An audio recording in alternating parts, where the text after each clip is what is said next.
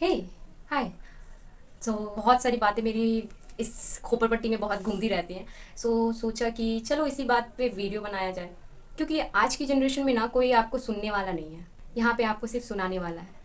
तो सोचा क्यों ना यहाँ पे मुझे कोई सुनने वाला हो। तो आज मैं आपको 7 स्टेजेस ऑफ लव के बारे में कुछ लाइन बोलना चाहूँगी, जो कि मेरे अकॉर्डिंग, मेरे लाइफ एक्सपीरियंस के अकॉर्डिंग कैसा रहा या फिर कैसा है। So let's start. So 7 stages of love: attraction, attachments, love, trust, worship, madness and and. Attraction, जो फर्स्ट किसी को देख के एक अटैचमेंट से हो जाती है, एक अजीब सी फीलिंग हमें फील होने लगती है कि हाँ, इनके साथ हमारा कुछ है, कनेक्शन है, कि हमें आता है। And the second one is attachment. Attachment हम कब होने लगते हैं? जब हम किसी के साथ टाइम स्पेंड करने लगते हैं। उसके साथ टाइम स्पेंड करते करते हम उन्हें जानने लगते हैं कि वो कैसे हैं, किस तरह से उनका व्यवहार है, और वो किस सिचुएशन में कैसे वो रिएक्ट कर सकते हैं। तो उससे हमारी फीलिंग्स क्या होती है ना, अटैच्ड हो जाती हैं। फिर उसके बाद होता है love. Yes, here the story begin. Love, यहाँ पे लोगों को लगाव के साथ साथ एक फीलिंग आ जाती है, जिसे वो उन्हें प्यार का नाम देते हैं। में एफर्ट्स दिया जाता है, केयर की जाती है, टाइम दिया जाता है, वेट किया जाता है। ये होता है love. Fourth stage is trust. कहते हैं ना, कोई भी रिश्ता बिना ट्रस्ट के नहीं चलता है। तो इसमें भी ट्रस्ट की ज़रूरत होती है। इंसान को एक दूसरे में ट्रस्ट होने लगता है कि नहीं, यही वो शख्स है। और हमें क्या होता है ना, हम इंसानों का है कि हमें अटैचमेंट्स बहुत जल्दी हो जाता है, बहुत ज़्यादा जल्दी। अट्रैक्शन के बाद जो अटैचमेंट होता है, सेकंड फर्स्ट स्टेज अट्रैक्शन, वो तो होता है, हम लोग लाइक ले लेते हैं। एंड द अटैचमेंट, जो अटैचमेंट होती है ना, वो धीरे धीरे अटैचमेंट वो कंटिन्यूसली चलती है लव के साथ। And the love convert into trust, that this person ये ऐसा नहीं करेगा, वो वैसा नहीं करेगा, वो उधर नहीं जाएगा, वो ये नहीं करेगा, वो ये नहीं करेगा। एंड उसमें ट्रस्ट में ये भी होता है, ये नहीं होता कि बस वो किसी और थर्ड पर्सन को लाएगा, ये करेगा। ट्रस्ट होता है उसके फीलिंग्स का, कि इस ट्रस्ट को वो नहीं तोड़ेगा, ये चीज़ वो मेरे लिए हमेशा करेगा या करेगी। सो ये होता है ट्रस्ट। ट्रस्ट ऐसा बिल्कुल नहीं है कि वो थर्ड पर्सन लाएगा या लाएगी, थर्ड पर्सन लाएगी, ऐसा बिल्कुल भी नहीं होता है ट्रस्ट में। Trust is everything. ट्रस्ट इसका भी होता है कि आप उन्हें झूठ नहीं बोलेंगे, आप उन्हें जैसे आज आप हैं उन्हें कल भी वैसे आप रखेंगे। आज अगर आप उन्हें 10 कॉल कर रहे हैं, तो उनको ट्रस्ट होता है कि ये इंसान मुझे एक कॉल तो करेगा पूरा दिन में। पर ये ट्रस्ट भी ख़त्म हो जाता है fourth stage: attraction, attachment, love and trust. And the fifth one, worship. जैसे हम भगवान को वर्शिप करते हैं ना, कि भगवान को किस लिए वर्शिप करते हैं? भगवान ये मिल जाएगा, भगवान वो मिल जाएगा, भगवान मतलब एक लालच में ही करते हैं। कोई बुरा ना माने, बट आप अगर देखें ना, भगवान की पूजा डेली करते हैं हम लोग, वो दिल से करते हैं। और हम लोग ये भी साथ में मांगते हैं कि हमारा परिवार सुख रहे, मतलब अच्छा रहे, ठीक रहे।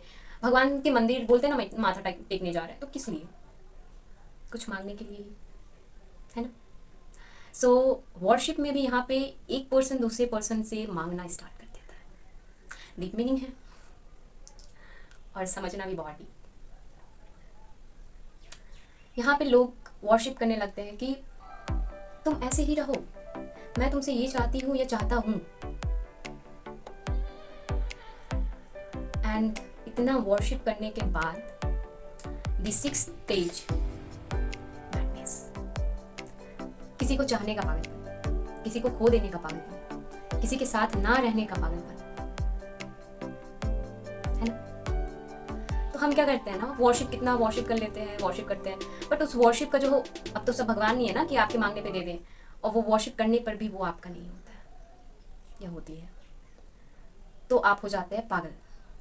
सॉरी टू से, बट पागल मीन्स वो पागल नहीं। पागल मीन्स कि आप उनके पीछे भागने लगते हैं कि आप ये कीजिए, आप वो कीजिए, आप ये क्यों नहीं कर रहे हैं। जैसे फर्स्ट टाइम हुआ था अटैचमेंट्स के टाइम, जो एफर्ट्स दे रहे थे, अब वो एफर्ट्स देना बंद हो जाते हैं।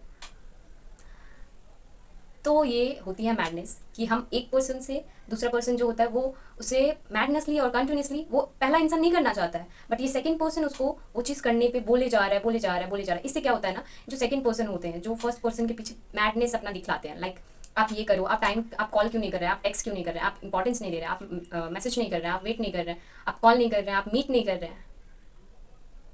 और ये इंसान ऐसे बिहेवियर, फर्स्ट पर्सन आपको इतना ट्रीट करेंगे कि वो डायरेक्ट आपको बोलेंगे ही नहीं कि आप वो आपको छोड़ना चाहते हैं, ख़त्म करना चाहते हैं, और आप अपनी मैडनेस को कंटिन्यू रखेंगे। सो इतना सब कुछ होने के बाद अब बंदा कब तक सहेगा?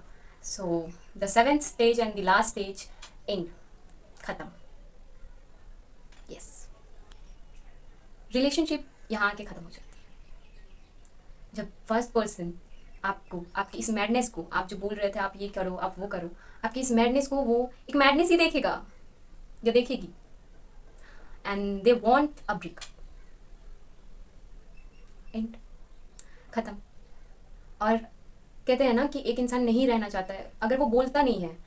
एक इंसान जब दूसरे इंसान को बोलता नहीं है कि वो नहीं रहना चाहता है और वो अपने एफर्ट्स कम कर देता है, तो सेकंड इंसान वो डाइजेस्ट करने के लिए रेडी ही नहीं रहता, डाइजेस्ट करने के लिए रेडी ही नहीं होता कि ये मुझे छोड़ना चाहता है या छोड़ना चाहती है। सो उसके लिए पूरा पागलपन दिखा देती है।